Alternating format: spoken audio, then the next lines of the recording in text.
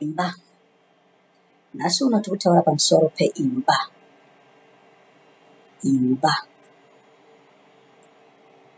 Ndinovimba kuti vazhinji venyu munogara mudzimba. Hongu nenhamo iriko iyi. Pane vamwe vanogara mumigwagwa. Vamwe vanogara mukati menzira dzinofamba nemvura. Vachiita ugaro hwavo ipapo nokuda kwenhamo.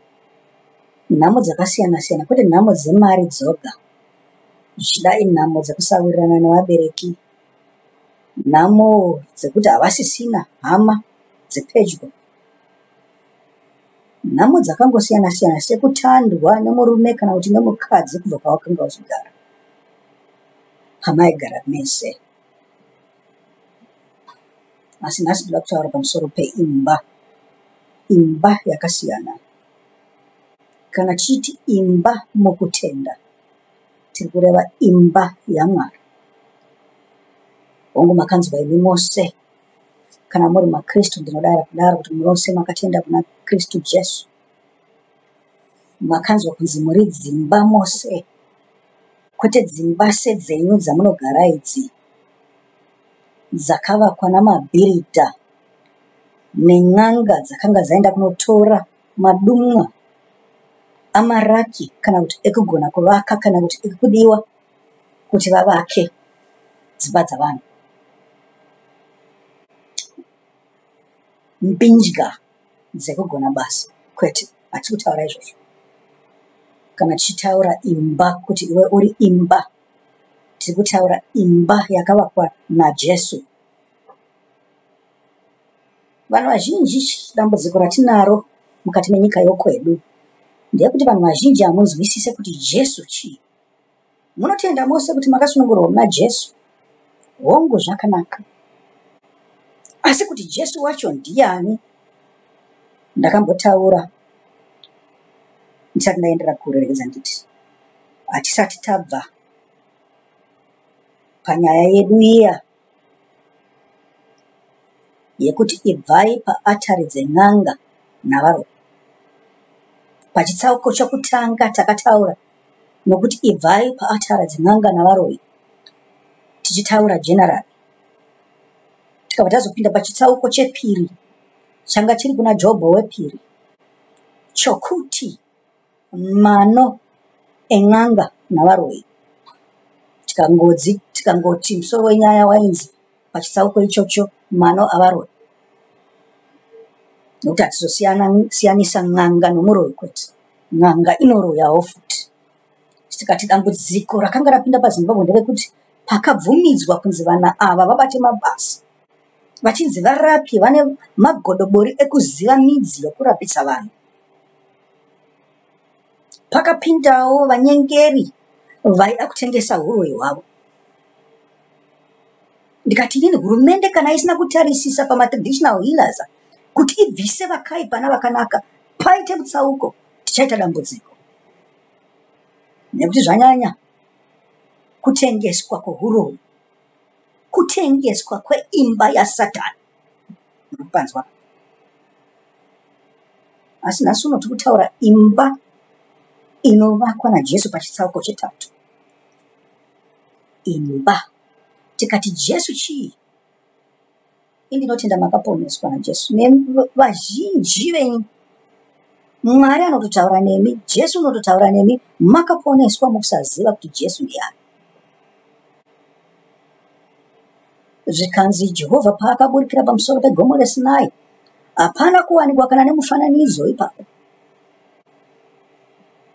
Zvikanzi hamuna chamakaona, achitaura kuvaIsraeri. Zvikanzi musazozviitira zvifananidzo. VaZimbabweans ndakazonzi makahwina kumamutikoti uko kwamanga muchihwina. Ndinotenda chaizvo. Ndinokukorokotedza vana vedu ava kuti vakangwara samadzibaba avo. Asi mukungwara kwenyuko, imi rudende, ndambosiya zvevana. imi rudhende rwamazimbabwe kungwara kwenyu uku kunokuisai muna taisireva panze pokuti mungware muzive kuti chifananidzo chii.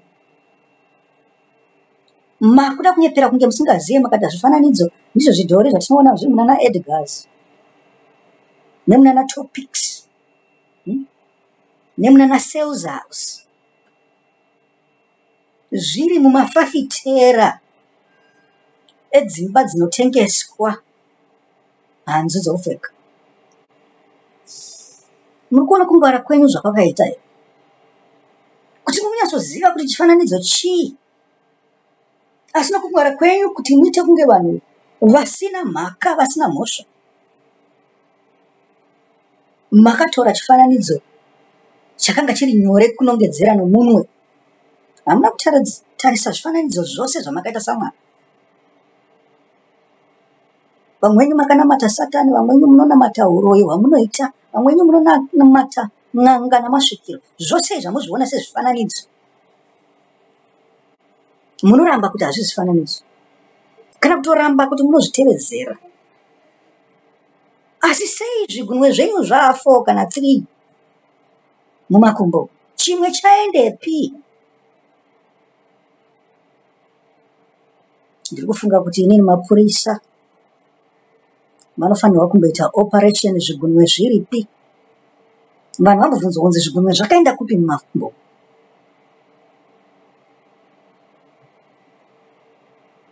Asi ndinoziva zvangu kuti vanozvisiyira kuvanhu nekuti vanhu vakaita nokuda. Chatisiri kutarisa apa, chatisingakwanise kusunga apa nemitemo yehurumende nemitemo yakapuwa mapurisa namasimba akapuwa mapurisa ndechekuti vakaita neuroyi hwavo. Vakatambanudzira maoko kuvaroyi. Ndochatiri kutaura panapa. Hatikwanise kusunga. Iwe uri kutotaura kuti vakatambanudzira maoko kuvaroyi, ndiwe ungatosunga. Pane dambudziko. Kuti zvatakati vanhu havachabvumidzwa kuti vataure pamusoro peuroyi hunopuhwa nen'anga. Zvakureva here kuti uroyi hwakubvumidzwa, uroyi hwakufanirwa kupembedzwa. Totobata vanhu vari kunongedza vamwe uroyi, vanhu vari kutaura kuti uroyi huripo apa. Ko zvino munozoregererei madzishe namasabhuku achidaidza vana tsikamutanda? Vana tsikamutanda havanongedze uroyi. Sei hurumende iri kubvumidza izvozvo kuti zviitike, ichitaura kuti mutemo unotaura kuti haikona kunongedza mumwe uroyi? Tine mitemo isina njere here panyika kana kuti tine vanhu vasina njere? Ndinofunga kuti mitemo yacho ndiyo isina njere. Nekuti dai yaizviziva ingadai yakaziva kuti panapa tiri kukanganisa. Saka mitemo yakatora advantage yavanhu. Kuti ndakazotaura kuti vanhu ndo vakatora advantage yemutemo ndingazosungwa. Izvi hazvina kusiyana nezvinogara zvichitaurwa navanhu veCCC. Vanongotaurawo zvose zvose zvavanotaura muzuva ose, vachitaura kuti mutemo unotarisa kuti wabuda mumba mani. Zvikanzi munhu weZANU-PF akauya akaita violence kwauri iwewe wazvidhifenda, unosungwa neviolence. WeZANU-PF angachishambadza kuti ndikuenda kunoponda ndiri nhasi, ndikuenda kunoponda vanhu veCCC, haasungwe. Zvikanzi unotofanirwa kugara wakatiza uchisiya imba yako ichipazwa, vanhu vachiita zvavanoda, vachibhinya, vachiba, vachiita zvose zvavanoda. Nekuti wakazvidhifenda uchasungwa. Ndo zvafanana nemutemo weuroyi. Saka pane chinodaro here? Kana uchinge uri mitemo iri kutora advantage of vanhu, vanhu havasi kuziva kutora mitemo iri kutora advantage of them. Isusu yatipei mhosva kumutemo. Mutemo ndiwo une mhosva. Saka kana tapa mutemo mhosva, panze pekuti tiupe kuvanhu, togadzirisa mutemo. Mutemo ndiwo unofanirwa kurangwa kuti uzive kutaura zvinhu zvakati tsvindikiti, zvinhu zvisina kupokana. Nekuti mutemo haungati rimwe gumbo riri kuenda kurudyi rimwe gumbo kuruboshwe. Ungafambe uchienda kumberi here?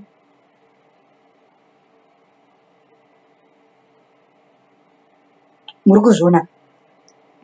Ndodzokera tombosiya izvozvo zvisina basa zvepolitics izvo. Tombosiya zvisina basa zvokugadziswa kwenyika izvo. Tombouya kuno humwari.